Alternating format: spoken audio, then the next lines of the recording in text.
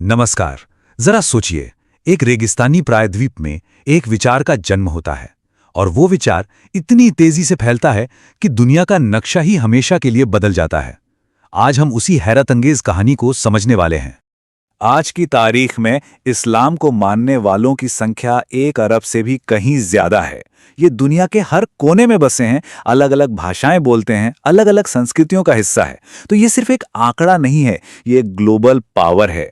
तो सवाल ये उठता है कि इसकी जड़ें आखिर हैं कहाँ? ये सब शुरू कहाँ से हुआ? चलिए टाइम में थोड़ा पीछे चलते हैं, करीब 1400 साल पहले अरब प्रायद्वीप में, और इस पूरी कहानी की परतों को खोलते हैं। ठीक है, तो शुरुआत करते हैं। इस बड़ी क्रांति से पहले की दुनिया को समझने के लिए यह जानना जरूरी है कि उस वक्त का अरब आखिर दिखता कैसा था। देखिए, उस समय का अरब समाज ना छोटे छोटे कबीलों में बटा हुआ था। हर कबीले का अपना सरदार, अपने देवी देवता, अपनी अलग पहचान। वफादारी का मतलब था खून का रिश्ता। लेकिन इसी माहौल में एक बिल्कुल नया, एक क्रांतिकारी आइडिया सामने आ रहा था, उम्मा का। यानी एक ऐसा समुदाय जो खून के रिश्ते से नहीं बल्कि एक ईश्वर, अल्लाह पर विश्वास से जुड़ा हो। ये एक बहुत बहुत बड़ा बदलाव था। और इस कबायली दुनिया का सेंटर पॉइंट था मक्का शहर। काबा की वजह से ये एक पवित्र जगह तो थी ही, पर साथ ही ये यमन और सीरिया के बीच एक बहुत बड़ा ट्रेड हब भी था। हर साल यहाँ तीर्थ यात्रा यानी हज होती थी, जो इसे धर्म, व्यापार और नए नए विचारों का एक जीता जागता, धड़कता हुआ केंद्र बना देती। और बस इसी माहौल के बीच एक ऐसा संदेश सामने आया जिसने सब कुछ बदल दिया। करीब 612 ईस्वी की बात है, जब मोहम्मद नाम के एक व्यापारी ने खुद को ईश्वर का दूत यानी रसूल घोषित किया। उनका संदेश बहुत सीधा और सरल था, लेकिन उस समय के लिए चौंकाने वाला था कि ईश्वर सिर्फ एक है, अल्लाह, और पूजा सिर्फ उसी की होनी चाहिए। उनकी शिक्षाएं भी बिल्कुल साफ थीं। प्रार्थना करो, जरूरतमंदों की मदद करो और हमेशा ईमानदार रहो। ये जो उम्मा का आइडिया था ना, ये उस दौर के हिसाब से एकदम क्रांतिकारी था। सोचिए, एक ऐसा समाज बनाने की बात हो रही थी जो खून या कबीले पर नहीं बल्कि एक कॉमन विश्वास पर टिका हो। ये आइडिया उन लोगों के लिए बहुत पावरफुल था जो उस समय के समाज में खुद को अकेला या हाशिए पर महसूस करते थे। और ये पूरी यात्रा बहुत तेजी से आगे बढ़ी। देखिए, 612 में मिशन की शुरुआत हुई। सिर्फ 10 साल बाद 622 में हिजरत होती है और एक नया चैप्टर शुरू हो जाता है। फिर 630 तक पैगंबर मोहम्मद एक विजेता के तौर पर मक्का लौटते हैं और 632 में जब उनका निधन हुआ, तब तक लगभग पूरा अरब प्रायद्वीप एक नए विश्वास के झंडे तले एक हो चुका था। पर जाहिर है, ये रास्ता इतना आसान नहीं था। मक्का के जो बड़े और शक्तिशाली लोग थे, उन्हें नया संदेश, अपनी सत्ता और अपनी अमीरी के लिए एक सीधा खतरा लगा। तो उन्होंने इसका जबरदस्त विरोध किया, जिससे पैगंबर और उनके साथियों के लिए वहां रहना बहुत मुश्किल हो गया। इसी विरोध का नतीजा था कि 622 ईस्वी में पैगंबर मोहम्मद को अपने साथियों के साथ मक्का छोड़ना पड़ा और मदीना जाना पड़ा। ये सफ़र, जिसे हिजरत कहते हैं, इस्लामिक इतिहास का एक टर्निंग पॉइंट है। बल्कि ये इतना अहम था कि इसी साल से इस्लामिक कैलेंडर यानी हिजरी सन शुरू होता है। तो ये सिर्फ एक जगह से दूसरी जगह जाना नहीं था, ये एक नए राज्य की बुनियाद रखना। तो सवाल ये है कि ये जो धार्मिक समुदाय था, ये एक पॉलिटिकल पावर में कैसे तब्दील हो गया। चलिए अब मदीना चलते हैं और देखते हैं कि ये सब कैसे हुआ।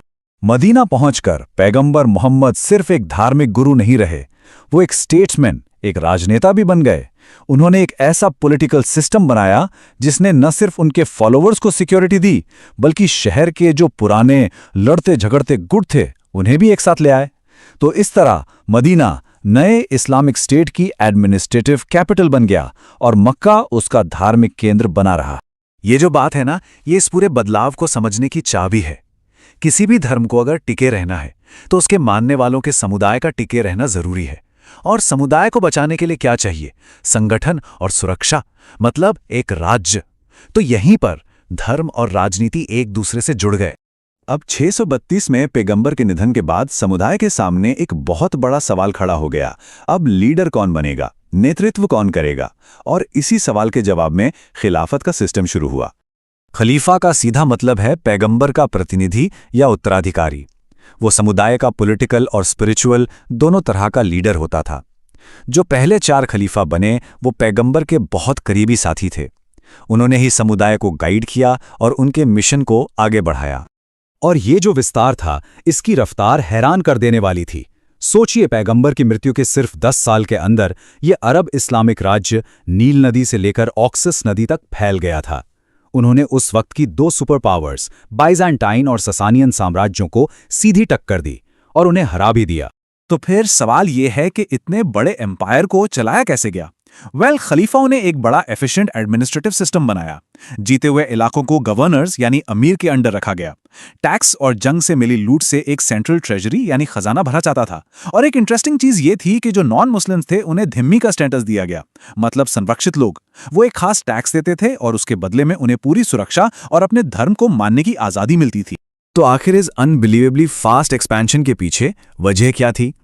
हिस्टोरियंस मानते हैं कि इसके 3 मेन कारण थे। पहला, अरबों का धार्मिक जोश। दूसरा, उनकी बहुत असरदार मिलिट्री स्ट्रैटेजी। और तीसरा, उनके जो दुश्मन साम्राज्य थे बाइजेंटाइन और ससेनियन, वो अंदर से काफी कमजोर हो चुके थे, अपने ही धार्मिक झगड़ों और विद्रोहों में उलझे हुए थे। तो इस विस्तार ने एक नए साम्राज्य की बुनियाद तो रख दी, पर अपने साथ ये नई मुश्किलें और नई चुनौतियां भी लेकर आया। देखिए, जब कोई चीज इतनी तेजी से बढ़ती है तो अंदरूनी झगड़े भी होते हैं। यहां भी वही हुआ। रिसोर्सेज और पावर को लेकर टेंशन बढ़ने लगी और ये तनाव इतना बढ़ गया कि तीसरे खलीफा उस्मान की हत्या हो गई, जिसके बाद समुदाय में पहली बार सिविल वॉर यानी गृह युद्ध छिड़ गया। अब यूनिटी बनाए रखना सबसे बड़ा चैलेंज बन गया था। तो सबसे बड़ा सवाल यही था, एक साम्राज्य जो तलवार और विश्वास की ताकत पर इतनी तेजी से बना, वो अपनी एकता को कैसे कायम रख सकता था?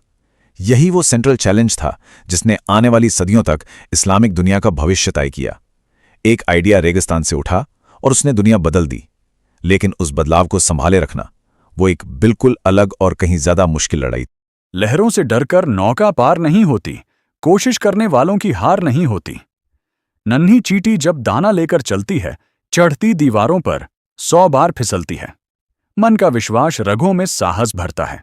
चढ़कर गिरना, गिरकर चढ़ना न अखरता है। आखिर उसकी मेहनत बेकार नहीं होती। कोशिश करने वालों की हार नहीं होती।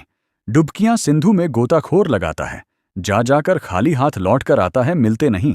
सहज ही मोनती गहरे पानी में, बढ़ता दुगना उत्साह इसी हैरानी में।